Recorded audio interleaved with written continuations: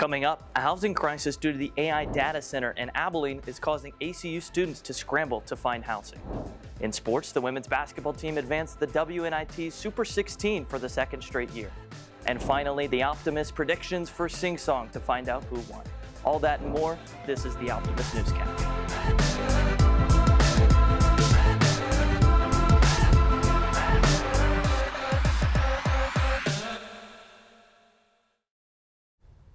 Hello and welcome to the Optimist Newscast. I'm Ashley Henderson. And I'm Kason Higgins. It is officially sing-song season. Students have been working for months to prepare their club and class acts and will finally perform this weekend. Yeah, that's right, Ashley. Lots of action from a fantastic sing-song show and a stacked cast for the alumni luncheon. As anticipation builds to see the creative sets, costumes, and vocal dynamics, we spoke to last year's winners to see what their preparation was like and if the pressure was building after last year's victory. It's actually been even more fun than it was last year. Last year, I think we had the pressure of breaking the losing streak.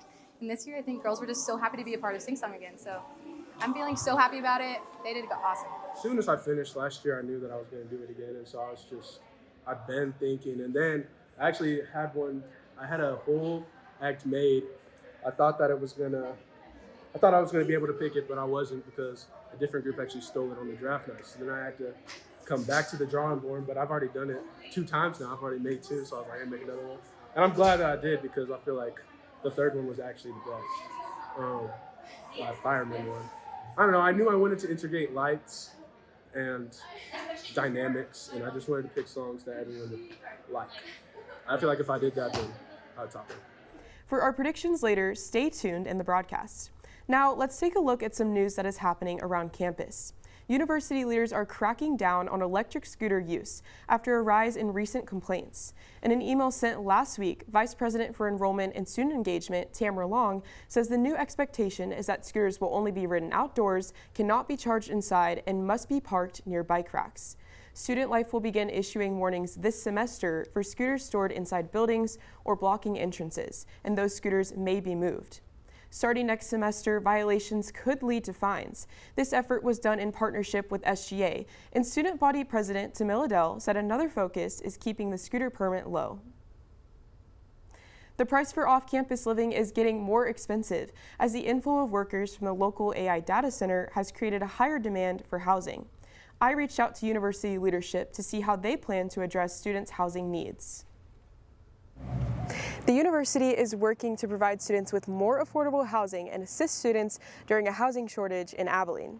Living off campus has become more expensive as rental prices have increased in response to AI data center projects and a higher demand for housing. Kevin Campbell, Senior Vice President for Operations, says the university is aware of the issue and in contact with students. At this point, most of our students had leases signed this last year, and so we haven't seen an impact as far as this calendar year is concerned. What we're starting to see now as renewals are taking place, or students are looking for new housing for next summer, we're starting to experience some of the students who are desiring additional help from the university to help them locate some housing. Outside of the current housing options, the university is in the process of adding new apartment buildings, Campbell said. He said the first building will be located west of Dillard and open by August 15th, and additional facilities will be open before the next semester in the spring. It could be that we add up to 300 additional beds and apartments in the next 18 months. So still trying to finalize those plans, but trying to utilize information from the city to help us make the best plans for the long term of housing for our students. Campbell says students who have housing concerns can reach out to ResLife for assistance. The Optimist will continue to cover the housing shortage and provide updates on upcoming university projects. I'm Ashley Henderson with The Optimist. Student Government Association election results are in, with Josh Ham elected Student Body President and Luke Talley named Vice President. Ham ran unopposed, earning 90% of the vote, while Talley won a contested race with 70%. The pair campaigned on 3 key pillars: voice, stewardship, and vision. Focus on making SGA more accessible and student-driven. Ham says he plans to make SGA more accessible to students and give everyone on campus a voice. Later this semester, the transition will be finalized during the annual Changing of the Guard ceremony, marking the start of their leadership for the upcoming 2026-27 school year.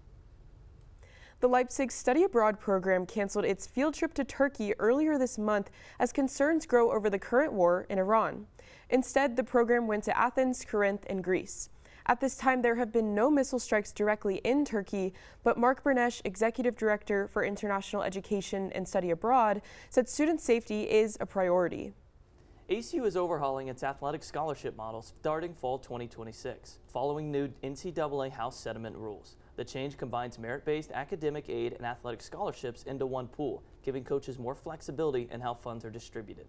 While the university says no athlete will receive less than their previous academic award, some could end up with only the minimum. Athletes in sports like track and field, where scholarship money is already stretched thin, says the uncertainty has some teammates considering the transfer portal. With more on the women's basketball team making the WNIT Super 16, we pass it on to Zion Webb. The venue was a little different, but the result was the same for the Wildcats, a 77-66 victory in the second round of WNIT play against FIU on Tuesday. In this game, the Wildcats had 4 players in double figures. One to mention was Jasmine Stone, a season high 13 points and 7 assists as well that led her team. Here's what she had to say. Going into the game, our biggest asset, or what our focus was controlling the controllables.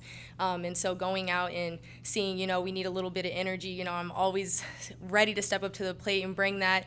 And I think that the biggest thing was just going out and having fun and matching their energy and, staying confident in each other.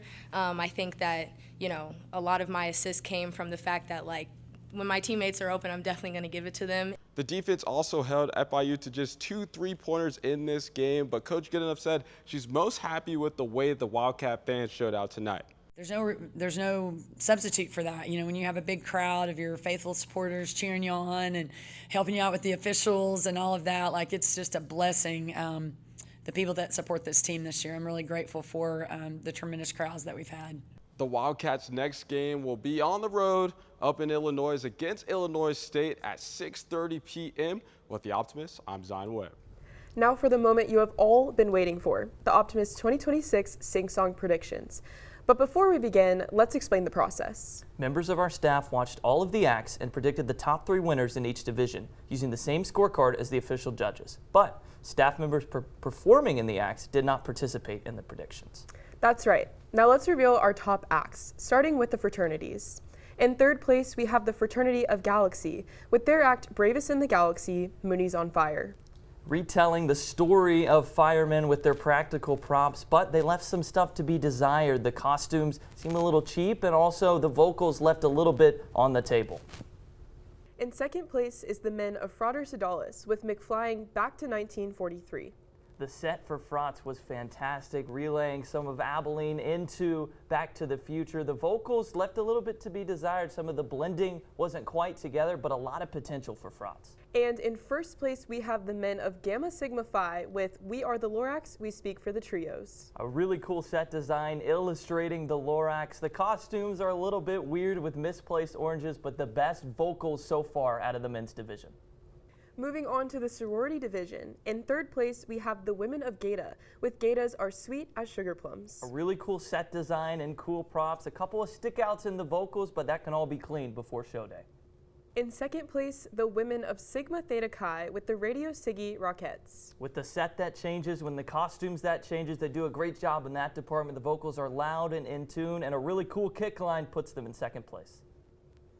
And in first place, the Women of Kojo Kai with Squawking on Sunshine. The best set so far out of anybody, highlighting the jungle and all the things within it. Great vocals, great costumes. The Kojis take first place.